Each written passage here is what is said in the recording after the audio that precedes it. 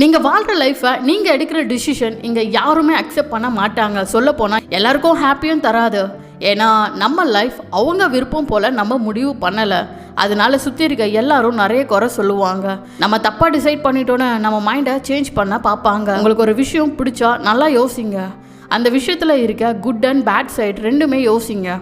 அதுக்கப்புறமா ஸ்ட்ராங்காக டிசைட் பண்ணுங்கள், வேணுமா வேண்டாமான்னு. நீங்கள் ஜஸ்ட் லைக் டிசைட் பண்ணால் இங்கே எல்லோரும் சொல்கிற ஆப்ஷனை நம்ம மைண்டு கேட்க ஸ்டார்ட் பண்ணிவிடும். நம்மளும் ஒப்பீனியனை மாற்றிக்க சான்ஸ் தேடுவோம்.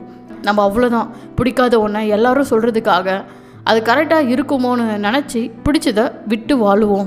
ஏன்டா வாழ்கிறோன்னு தோண ஸ்டார்ட் ஆகிடும். ஸோ நீங்கள் உங்கள் லைஃபுக்காக ஒரு விஷயத்தை டிசைட் பண்ணால் அது என்னவா வேணால் இருக்கட்டும், ஸ்ட்ராங்காக டிசைட் பண்ணுங்கள். தப்பாக போனாலும் சரி, நம்ம லைஃப் சூப்பராக சேஞ்ச் ஆனாலும் சரி, ஹாப்பியாக இருப்போம். Because decision it's yours.